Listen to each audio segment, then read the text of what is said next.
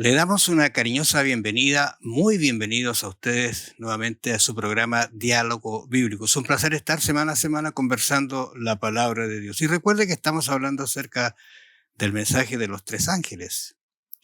En esta oportunidad yo quisiera leer dos textos de la Biblia. Uno está en Apocalipsis, capítulo 1, versículo 3. Esta es una de las primeras bienaventuranzas de 7 que tiene el libro de Apocalipsis. Y dice: bienaventurado el que lee y los que oyen las palabras de esta profecía y guardan las cosas escritas en ella, porque el tiempo está cerca. Una advertencia primera. La otra está acá en San Juan. Juan, el mismo escritor de Apocalipsis, pero acá es el Juan, el maravilloso Juan, el teólogo, es el discípulo amado también.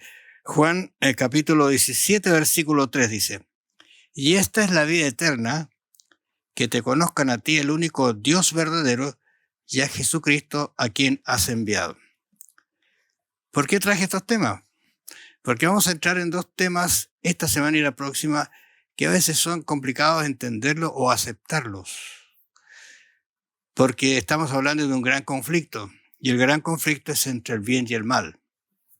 Y el bien se tiene sus características, y de esas cositas vamos a conversar esta semana, y que el Señor nos bendiga. Bienvenido, Pastor Jerez, bienvenido. Bueno, muchas gracias, Raúl. Como siempre, estamos muy dispuestos, muy contentos de poder estar acá estudiando estos temas para poder transmitírselo a muchas personas que sin duda para algunos va a ser algo nuevo, pero creemos que con la ayuda del Espíritu Santo y con mucho interés vamos a poder entenderlos. Gracias por la invitación. La verdad es una situación que muchos han trabajado. Uno podría decir, ¿qué es la verdad? ¿Tú recuerdas cuando se le preguntó a Jesús y qué es la verdad, no es cierto? Pero no esperó la respuesta. Me habría gustado esa respuesta a mí de Jesús. Pero la verdad es ser en realidad. Entonces, cuando uno trabaja estas situaciones, Apocalipsis tiene dos capítulos bien interesantes que es bueno repasarlos completos. Capítulo 12 y capítulo 17. Se enfrentan dos posiciones. Una mujer limpia, pura, excelente, y una mujer totalmente contraria a ella, con abominaciones, con desvíos, qué sé yo. ¿Por qué será que Apocalipsis nos muestra, y de eso vamos a conversar ahora, ¿no es cierto?, una ciudad llamada confusión? ¿Por qué se ha dignado Dios de mostrarnos esto y para este tiempo?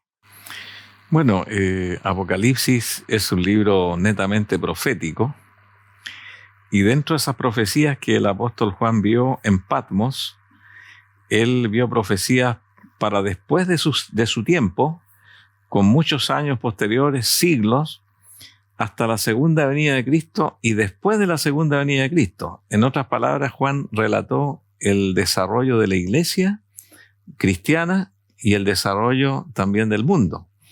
Pero también él cuenta allí cómo la iglesia cristiana pura y piadosa que dejó Jesús, que era una iglesia ideal en el primer siglo con los apóstoles y los ancianos, esa iglesia también comenzó un proceso de desvío del camino y cayó en muchas herejías, muchos problemas, y allí nosotros vimos la batalla entre el bien y el mal, que Jesús dejó una iglesia pura, pero el enemigo de Dios no podía tolerar eso e intentó hacer caer la iglesia de Cristo y prácticamente la arrebató casi completa. Eso es lo que la historia nos dice a nosotros y es lo que vamos a ir comentando en estos días. Claro, estaba pensando el libro de Juan, cómo comienza, un libro muy distinto a todos los otros, porque cuando uno mira Mateo, Marco y Lucas, cuentan la historia de Cristo, de su nacimiento, pero Juan no se preocupa de eso. Parte enseguida hablando de Cristo como Dios, Jesús como Jesucristo, como el enviado, que es un mensaje de Él hacia la tierra. ¿Por qué lo hace? Porque ya en su tiempo, como tú decías, las situaciones del gran conflicto y cómo se estaba metiendo en la iglesia el error, ¿no es cierto?, la confusión, ya estaba en los tiempos de Juan. Habían muchas situaciones muy, muy tristes que la gente estaba aceptando, por ejemplo, angiología y otras cosas más de las que vamos a conversar acá, adorar a los ángeles, adorar imágenes, qué sé yo, estaban apareciendo dentro de la iglesia, si ese es el problema. Entonces Juan fue muy categórico y nos muestra algunas cosas bien interesantes. Estaba pensando aquí en Apocalipsis capítulo 12, versículo 17, ¿no es cierto?, que nos habla ya de la problemática. 12:17 dice: entonces el dragón, mi versión dice, se encolerizó contra la mujer y se fue a hacer guerra contra el resto de la descendencia de ella, los que guardan los mandamientos de Dios y tienen el testimonio de Jesucristo. En otras palabras, aquí se ve un sistema que está en oposición a algo, y un sistema que está diciendo que se hace guerra, quiso destruir a Cristo al nacer, ¿no es cierto? Claro. Dios lo protegió, lo salvó, y toda la vida de Jesús estuvo llena de obstáculos, incluso los mismos, los más cercanos, los que podrían haber sido los dirigentes, o que eran los dirigentes, estaban en contra de él, incitados lógicamente por el enemigo. Pero su iglesia quedó y se fue a hacer guerra contra esa iglesia. Una iglesia que tiene una característica especial, y eso es bien importante, que guarda los mandamientos de Dios y tienen el testimonio de Jesús.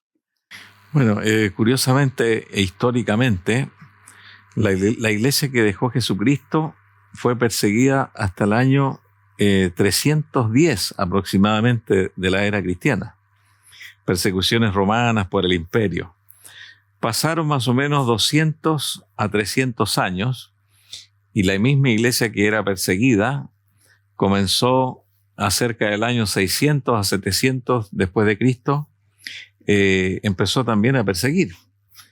Y eso es lo curioso, porque los apóstoles fueron perseguidos, Jesús igual, y después esa iglesia cristiana, que debió haber sido una iglesia tolerante, comenzó un proceso de persecución a quienes no estaban de acuerdo con todos los postulados de los concilios o congresos que se realizaban. Y es una historia bastante fuerte conocer estas posiciones que tú mencionabas, esta lucha, esta confusión religiosa que hubo en la Edad Media, una edad oscura donde no había Biblias, no había predicación del Evangelio, mucho desconocimiento, y se prestó para muchas cosas.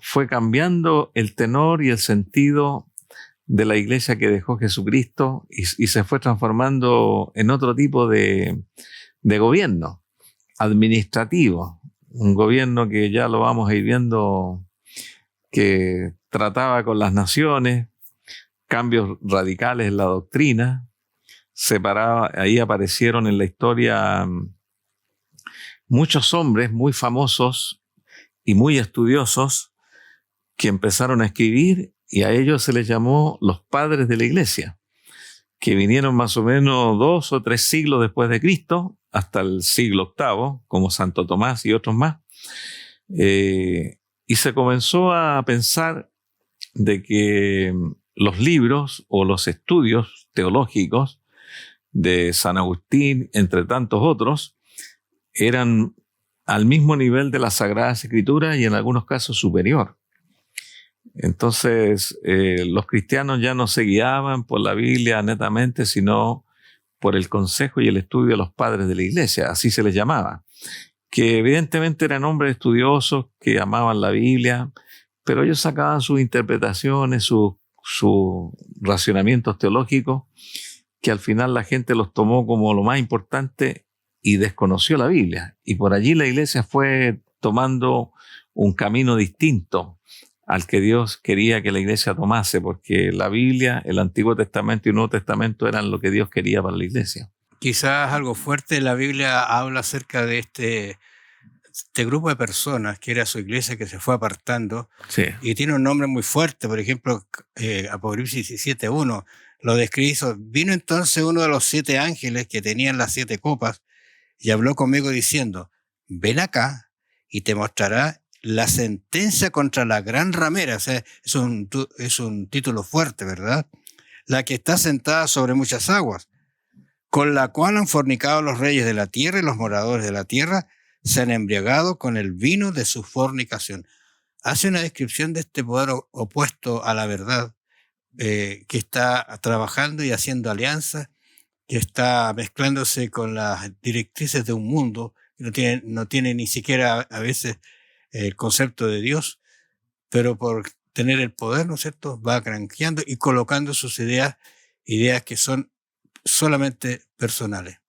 Claro, efectivamente, como tú dijiste al comienzo, Raúl, leíste ahí Apocalipsis 12, ahí aparece una mujer, 12:1 al 4, una mujer pura, una mujer vestida de Cristo, una mujer que está rodeada de 2 estrellas que refleja la luz del sol. Esta es una iglesia que es interesante conocerla porque es la iglesia que dejó Jesús aquí en la tierra. Ya vamos a ver en el otro ciclo algún comentario frente a la contraparte de esta mujer.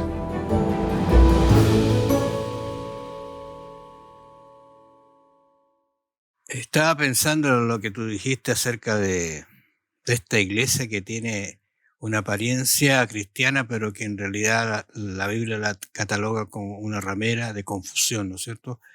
Pero por otro lado, es bueno hacer notar que esa otra iglesia que existe, que va a existir hasta el fin del mundo, que es la que guarda los mandamientos de Dios y tiene el testimonio de Jesús, el ángel se la describe y le dice: apareció en el cielo una gran señora, una mujer, dice, mira, vestida de sol, con la luna debajo de sus pies y sobre su cabeza una corona de 2 estrellas. Y estando encinta, grita con dolores de parto en la angustia de su alumbramiento. O sea, esta descripción es la opuesto a la otra, que es ramera. Pero ahora nosotros tenemos aquí, y yo voy a volver a leer acá 17:2 porque sí, se describe una situación bastante fuerte para quienes estén este sistema de adoración falsa, con la cual dice, han fornicado. ¿Qué es fornicar?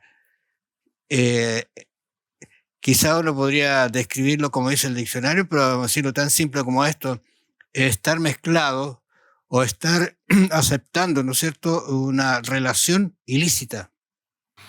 Sí, efectivamente, mira, el adulterio espiritual o la fornicación espiritual es un tema que también se ha tratado en el Antiguo Testamento. O sea, por ejemplo, tuve una mujer adúltera. Es un tema bastante complejo. Que representaba al pueblo de Dios, esa mujer, porque aunque él se casó con ella, cumplió con todo lo que significaba un marido, esa mujer le fue infiel, no con un hombre, sino con varios. Era una mujer ramera. Entonces Dios dio ese ejemplo de esa mujer que así era la casa de Israel. Entonces, la fornicación espiritual, en griego se usa la palabra porneias, que significa inmoralidad sexual. Se refiere a un grupo cristiano, a una iglesia que fue de Dios, que en su tiempo fue fiel a Dios, pero que se apartó de las doctrinas, se apartó de la verdad, se apartó de los mandamientos y llegó a fornicar con los reyes de la tierra y vendió la verdad por conveniencias y por distintas razones que hay que estudiarlas plenamente en el libro de Apocalipsis. Entonces, esta mujer, en otras palabras, la que aparece en Apocalipsis 17, es una mujer ramera que está sentada sobre muchas aguas, apoyada por muchas naciones, pueblos, lenguas y también por reyes. Recordemos que esta iglesia trabaja con los reyes, trabaja con los reinos, y en su periodo histórico de apogeo tuvo un desenlace mundial estableciendo reyes y quitando reyes, gobernando el mundo. Llegó a gobernar el mundo por más de 1000 años. E increíblemente, una iglesia cristiana que se transformó en la estadista más fuerte y más poderosa de la historia. No es menor. ¿Cómo llegó a eso cuando Jesús nunca quiso tener una conveniencia, más bien dicho, un relacionamiento con el Imperio Romano, ni con Pilato, ni con tantos otros? cómo esta iglesia trató con los reyes de la tierra y cómo llegó a negociar y ahí se transformó en una iglesia adúltera que negó la palabra de Dios. Esa mezcla de la iglesia y el Estado ha hecho estragos en la religión en realidad. Sí. Porque el Estado no es religioso a veces, o tiene la apariencia de la religiosidad, pero el Estado está mirando para otro lado. No es bueno eso, y se dio justamente en algunos periodos donde la iglesia estuvo muy separada de Cristo y persiguió justamente a la cristiandad.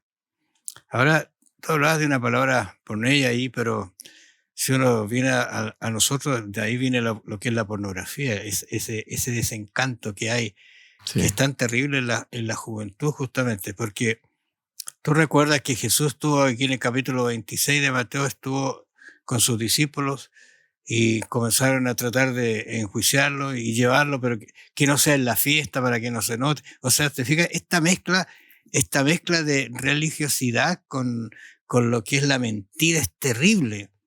Que no sea ahora para que no nos contaminemos, ¿no es cierto? Porque después tenemos que ir a adorar a Dios y están matando al que van a adorar.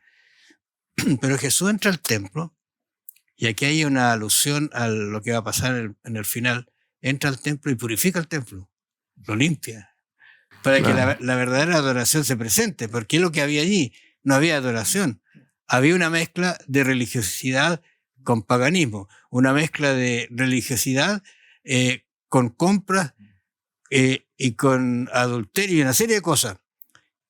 Limpia Jesús, es lo mismo que va a hacer al final del tiempo. Dios va a limpiar a su iglesia, la va a purificar, pero no sin tener problemas.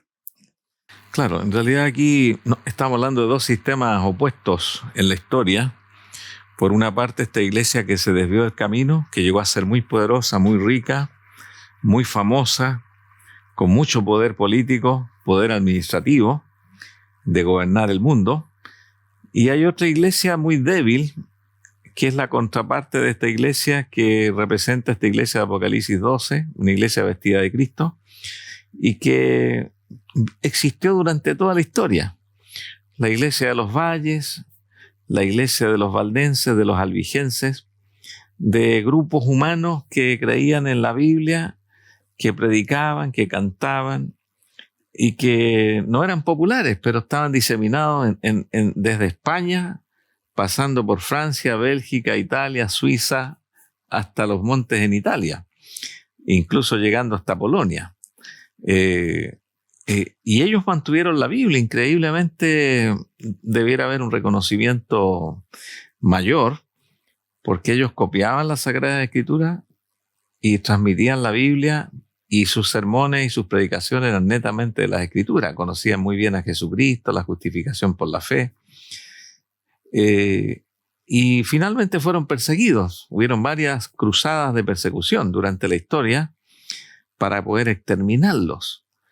Y llegó a tal grado la persecución hacia el año 1400, 1500 y 1600, que todos los que no querían tener un sistema bajo una iglesia tan poderosa como existió en Europa, se vinieron a América. Y ahí vienen los padres peregrinos, huyendo de las persecuciones de Europa, trayendo la Biblia y queriendo formar un grupo humano sin esas restricciones religiosas que habían en Europa.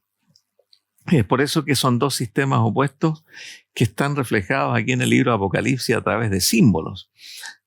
Al estudiarlo esto, uno va detectando allí dos mujeres. La mujer que se mantuvo pura, que siguió las doctrinas de Jesús, y esta mujer ramera de Apocalipsis 17 que renunció. Mira, justamente de eso quería leer yo, porque quizás nuestras palabras pueden sonar que nosotros estamos poniendo algunas cosas, pero la Biblia lo dice claramente cómo es esta mujer y qué es. Voy a leer del versículo 4, capítulo 17. Y la mujer estaba cubierta de púrpura y escarlata, y adornada de oro, de piedras preciosas y de perlas, y tenía en la mano un cáliz de oro lleno de abominaciones y la inmundicia de su fornicación. Y luego el 5 es, y sobre su frente un nombre escrito, un misterio. Note, esa palabrita hay que tenerla en cuenta, porque no nos atrevamos a hacer digamos, declaraciones sin antes que la Biblia nos aclare. Es un misterio, dice. Babilonia, la grande, la madre de las rameras y de las abominaciones de la tierra. Vi a la mujer ebria de la sangre de los santos, lo que tú estabas diciendo. Sí. Ebria de la sangre de los santos y de la sangre de los mártires de Jesús. Mira, y cuando le vi quedé asombrado con gran asombro. O sea, algunas cositas que dijiste estaban aquí en la escritura, ¿te fijas? Sí. Ebria. Y por otro lado, las abominaciones. Y se habla de una Babilonia. Y cuando uno revisa la historia, Babilonia existió realmente, pero no es esta, porque en el tiempo en que Juan está escribiendo el libro, Babilonia no existía. Y nunca por lo más tanto, este es un símbolo de una Babilonia que estuvo ahí en esa época, y en esa época realmente había mucha idolatría, era terrible lo que pasaba en Babilonia. Claro. Confusión, para decirlo de otra manera. Sí, la palabra Babel significa confusión. Y Babilonia se estableció muy cerca de la Torre de Babel, porque esto fue después del diluvio, y allí Dios confundió las lenguas, y los que vivían ahí en la Torre de Babel eran personas rebeldes que no aceptaron la promesa del arco iris de que jamás iba a llover. Ellos creían que podía venir un diluvio, se independizaron de Dios, tuvieron sus propias doctrinas, y de esa manera ellos era una religión contra Dios, lo que existió en la Torre de Babel. Y de allí viene el símbolo luego de la ciudad de Babilonia, el reino de Babilonia, que vamos a explicar poco a poco.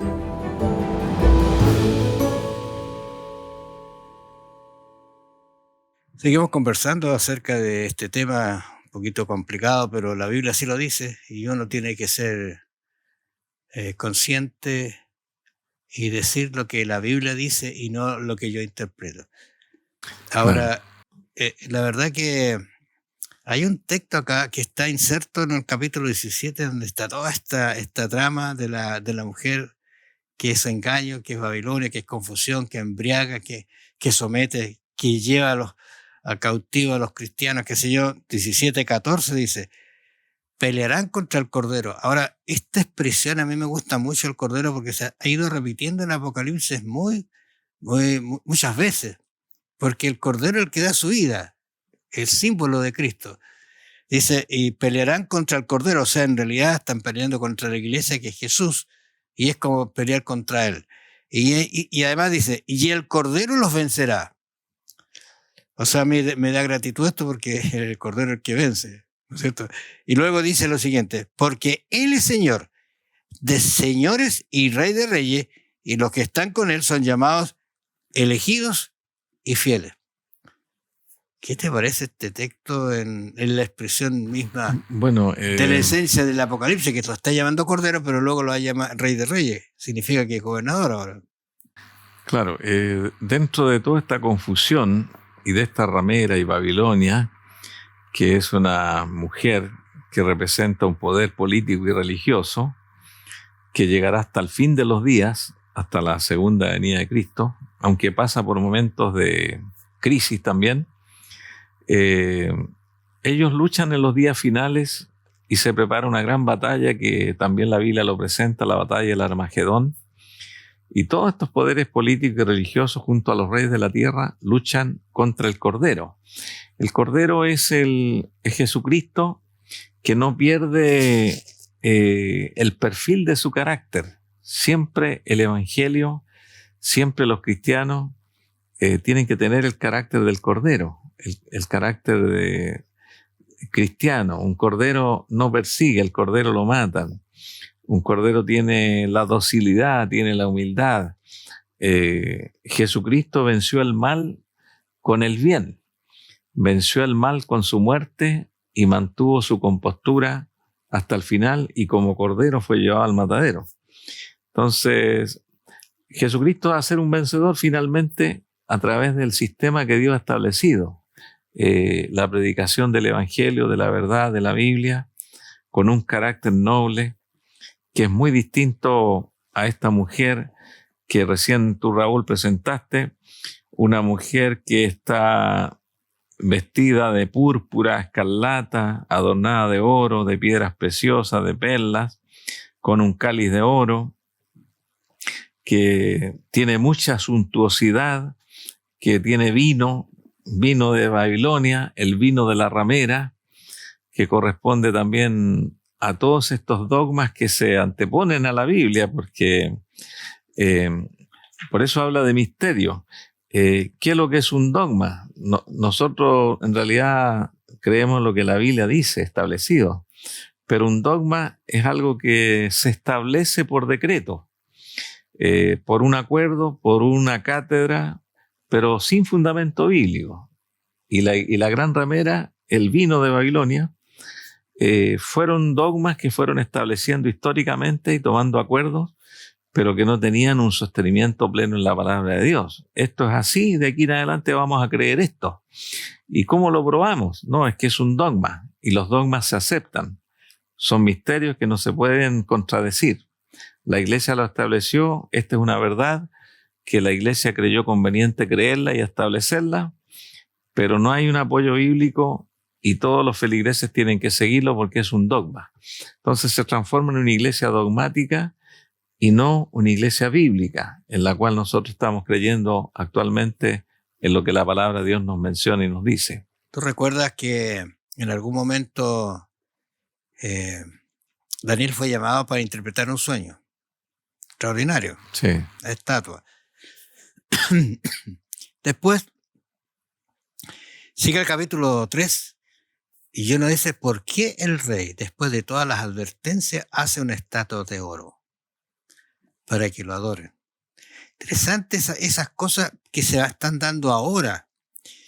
Hay señores que hablan de religiosidad, que hablan de Jesús, pero están en la confusión hablando equivocadamente y están adorando, están idolatrando otras cosas, digamos con sus propias formas de ser, lo que dicen, lo que hablan, lo que comen, cómo se presentan y cómo engañan a la gente. Pero mira, fracasó, ¿no es cierto?, como va a fracasar al final la estatua, porque al final nunca más se habla de esa estatua. Grandiosa, cuánto invirtieron, no sé cuánta gente trabajó, qué terrible. Pero al final, ¿qué es lo que vale? Vale lo que los hijos de Dios mostraron siendo fieles a Dios. Eso se resalta y permanece. Y en el tiempo del fin va a pasar algo muy parecido. También la verdad será echada por tierra, pero se levantará un pueblo, como dice la Escritura, y llevará la verdad adelante y triunfará, porque eso Dios lo ha prometido. Sí. Y eso es realmente extraordinario, mirarlo así desde ese punto de vista, porque son, como decía aquí, estaba leyendo Dios, ¿no es cierto?, que el Cordero es el que pelea, y el Cordero es el que vence, y el Cordero es el que da el triunfo a quienes son sus hijos. En la batalla final. La batalla final, el Cordero va a vencer, aunque aparentemente durante toda la historia, esta iglesia que dejó los anales correctos de la predicación evangélica y que en el día final va a haber una confusión muy grande. Nosotros en este momento estamos viviendo en un mundo cristiano muy diversificado, con muchas creencias, con muchos dogmas. Para mucha gente sincera, el cristianismo le produce una confusión. No hayan qué creer, unos dicen una cosa, otros dicen otra, y algunos se defraudan porque existe mucha contrariedad y doctrinas diversas dentro del mismo cristianismo. Pero el consejo para tales personas sinceras que buscan a Dios y que tienen un interés, no hay que desesperarse, hay que tomar la Biblia, hay que leerla, hay que investigar con oración, con estudio y orar a Dios que les vaya guiando, porque Dios es el que guía a sus hijos y los guía a la verdad. Esa es una promesa de Jesucristo. Así es que podemos nosotros confiar en que estos temas los estamos pasando así nomás, pero son muy profundos, hay mucho que conocer y Dios nos va a ayudar en eso. Dedique usted tiempo para leerse el capítulo 12 y capítulo 17 del libro de Apocalipsis. Sí. Ve algunas otras cosas porque Apocalipsis tiene mucho del Antiguo Testamento. En Jeremías usted va a encontrar cómo era Babilonia de idólatra en realidad y cómo Dios la castigó por eso. Ahora, ¿qué está pensando acerca de este tema? No sé, usted decide. Pero hay una cosa cierta, el Cordero dice que va a vencer y si nosotros seguimos al Cordero seremos también vencedores. Que el Señor nos acompañe y nos ayude para estar en ese camino correcto. No ausente de pruebas ni dificultades, pero sí mirando hacia el cielo, hacia donde está el Cordero, seremos vencedores. Nos vamos a encontrar la próxima semana. Que el Señor los bendiga y los acompañe.